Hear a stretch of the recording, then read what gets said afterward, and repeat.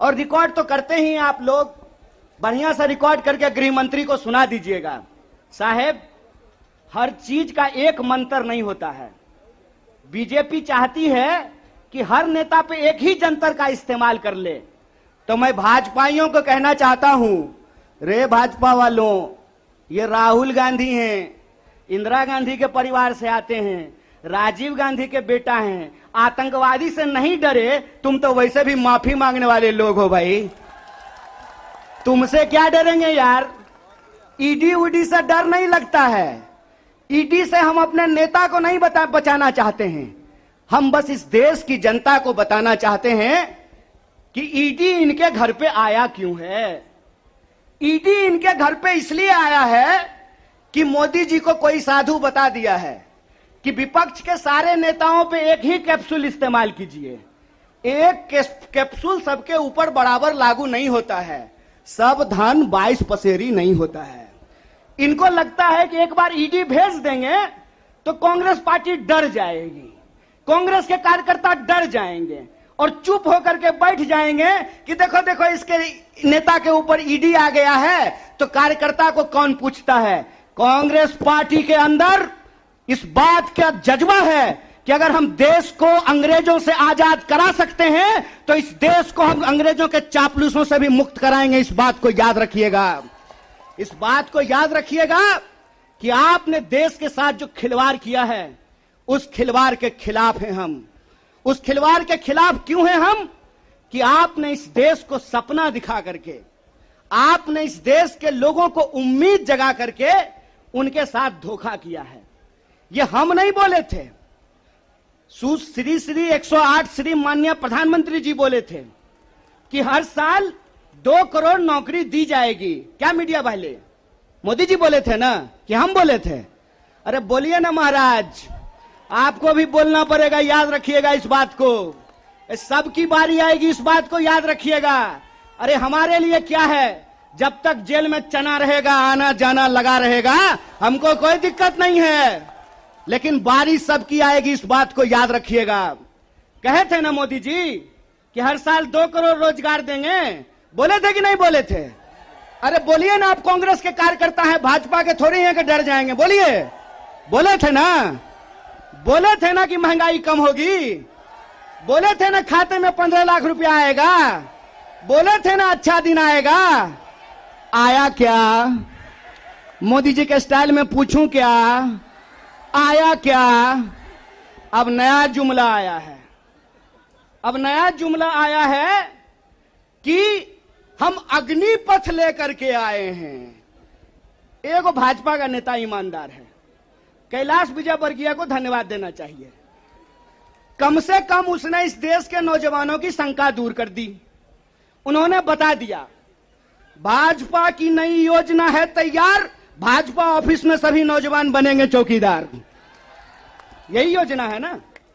लेकिन मैं कहता हूं विजयवर्गीय जी, आपका बेटा बल्ला बहुत बढ़िया चलाता है, अफसर पे बैठ चला रहा था, उसको बीजेपी ऑफिस में क्यों नहीं सिक्योरिटी गार्ड बना देते हैं? मंत्री का बेटा बनेगा सेक्रेटरी, मंत्री का बेटा बनेगा बीसीसीआई का सेक्रेटरी, और किसान मजदूर का बेटा बनेगा भाजपा ऑफिस में सिक्योरिटी गार्ड। हाय रे हिपोक्रेसी, इसी को हिपोक्रेसी कहते हैं ना। और बेईमानी किसको कहते हैं? देश की जनता को लगा कि जब मोदी जी बोल रहे हैं तो सच ही बोलेंगे। मोदी जी की हर बात को मान लिया देश के लोगों ने। मोदी जी ने कहा दीपक जलाओ तो देश ने दीपक जलाया, मोदी जी ने कहा बत्ती बुझाओ तो देश ने बत्ती बुझाया, मोदी जी ने कहा थाली बजाओ तो देश ने थाली बजाया। सब कुछ किया इस देश ने, लेकिन देश अब तक इंतजार कर रहा है कि मोदी जी जो हमको कहे थे उसमें से एक भी चीज पूरा नहीं किए हैं। और ये देश की जो परिस्थिति है, इस परिस्थिति पे मुखर होकर के हमारे नेता बोलते हैं। इस बात का हमको गर्व है कि सरकार के सामने बिना झुके कोई लड़ता है अड़ करके तो उसका नाम राहुल गांधी है। उसको डराना चाहते हैं, उसको डराना चाहते हैं, उसको झुकाना चाहते हैं। अरे आप कहते हैं मोदी जी मैं भी चौकीदार, मोदी जी के समर्थन में लोग कहते हैं मैं भी चौकीदार। ये चौकीदार नहीं हैं, ये देश के ठेकेदार हैं। और ये देश के ठेकेदार कैसे हैं? क्योंकि इस देश के लोगों का, उनके भविष्य को ये ठेके पे कर देना चाहते हैं। ये जो अग्निपथ योजना है, इसकी मोटी मोटी बात आप समझ लीजिए। मैं बड़े ध्यान से सारा प्रेस कॉन्फ्रेंस सुन रहा हूं। प्रेस कॉन्फ्रेंस में सरकार जिलेबी की तरह गोल गोल कर रही है, हर चीज को सब कुछ बोल रही है, सब फायदा गिना रही है। हो सकता है कि कोई भाजपा का मंत्री यह भी आकर के कह दे कि अग्निपथ योजना में शामिल होने के बाद आपका बाल नहीं गिरेगा। जिस तरीके से उसके फायदे गिनाए जा रहे हैं, लेकिन असली बात नहीं बताया जा रहा है। एक सिंपल सवाल है, सरकार को इस बात का जवाब देश के नौजवानों को देना चाहिए। क्या सिंपल सवाल है कि जो भर्तियां हो रही थी वो भर्ती होगी कि नहीं होगी? सवाल नंबर 1। सिंपल बात है, पहले आर्मी में हर साल 75,000 कम से कम लोग बहाल होते थे। बाद में बीजेपी ने इसको घटा करके 50,000 कर दिया और पिछले 2 साल में, अब तीसरा साल है, 50,000 लोगों को भी भर्ती नहीं की गई। बहाना क्या दिया गया? बहाना दिया गया कि कोरोना था इसीलिए भर्ती नहीं किए। हाय मोदी जी, कोरोना था तो चुनाव लड़ लिए, बंगाल में जाकर के दीदी ओ दीदी कर लिए, सब जगह चुनाव हो गया, उत्तर प्रदेश का चुनाव हो गया, बुलडोजर बाबा आ गए, लेकिन आर्मी की भर्ती नहीं हुई। यह बेईमानी है कि नहीं है? रोजगार देने में कोरोना है और चुनाव लड़ने में कोरोना नहीं है। और अगर आप बैकलॉग को देखेंगे, 50,000 को अगर मान लें, तब भी 1.5 लाख बहाली होनी चाहिए थी। 1.5 लाख ये बहाली नहीं कर रहे हैं। 1.5 लाख बहाली ये करेंगे कि नहीं करेंगे, इसको ये नहीं बता रहे हैं। ऊपर से ये एक नया योजना लेकर के आ गए हैं। तो एक ना छोटा सा कहानी हमको याद आ रहा है। बच्चा बहुत जोर जोर से रो रहा था, कहा मम्मी दूध पिला दो, दूध पिला दो। मम्मी उसको उठा करके अलमीरा पे बिठा दी। बच्चा मम्मी को यह नहीं कहता है कि मम्मी दूध पिला दो, बच्चा चिल्ला चिल्ला करके कह रहा है कि मम्मी अलमीरा से नीचे उतार दो, नीचे उतार दो। लोग मांग रहे थे हर साल 2 करोड़ नौकरी, इन्होंने हर साल 2 करोड़ नौकरी नहीं दी, ऊपर से एक नया योजना लेकर के आ गए हैं। पूरा का पूरा भाजपा के तंत्र को उसमें लगा दिए हैं कि आप बताइए कि अग्निपथ के क्या फायदे हैं। अरे सिंपल सी बात है, बिहार में कहावत है, नहाया हुआ शरीर और खाया हुआ शरीर नहीं छुपता है। जो चीज अच्छी होती है उसका फायदा बताने का जरूरत नहीं होता है। जो चीज में कोई खराबी होती है उसका खराबी छुपा करके, आपके घर पे कोई सामान बेचने के लिए आता होगा तो उस सामान का सब कुछ अच्छा अच्छा ही बताता होगा।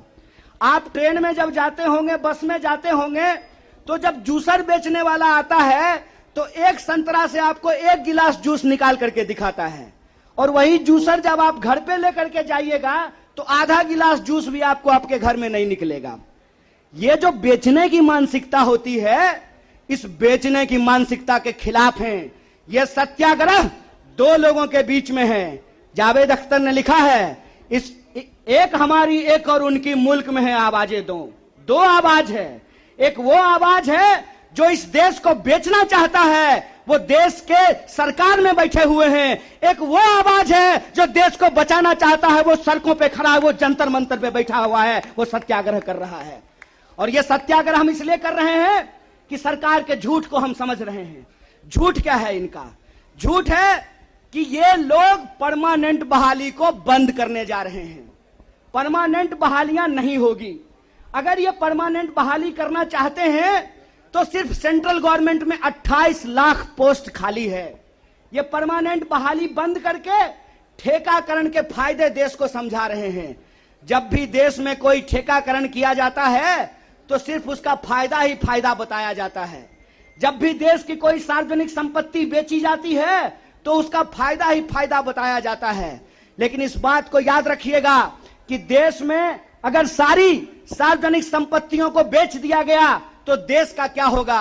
एक बार आप इस बात पे विचार कीजिएगा कि अगर एयर इंडिया नहीं रहेगा, अगर नहीं होगा एयर इंडिया तो क्या करेंगे ज्योतिरादित्य सिंधिया?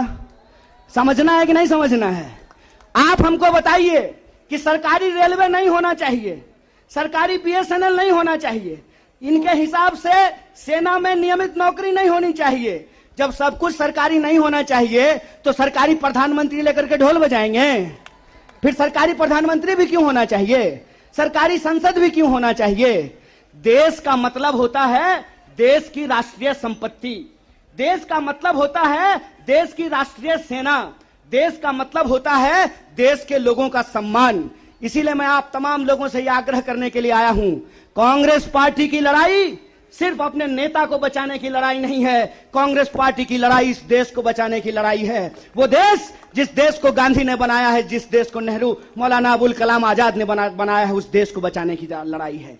कांग्रेस पार्टी को लेकर के भाजपा लगातार प्रचार करती है कि अगर कांग्रेस किसी चीज का विरोध कर रहा है तो सही होगा। तो आप बताइए, हम भाजपा का विरोध करते हैं, देश के संविधान का समर्थन करते हैं, और उस संविधान को हमने बनाया है, कांग्रेस पार्टी ने बनाया है। इसीलिए कहावत कही जाती है, जाके पैर न फटे बिवाई, वो का जाने पीड़ पड़ाई। जो पार्टी देश को आजादी दिलाई है, वही पार्टी इस देश की आजादी की रक्षा कर सकती है। इसी आशा और उम्मीद के साथ कि सत्य और अहिंसा के रास्ते पर चलेंगे, सत्याग्रह के रास्ते पर चलेंगे, झूठ को हराएंगे।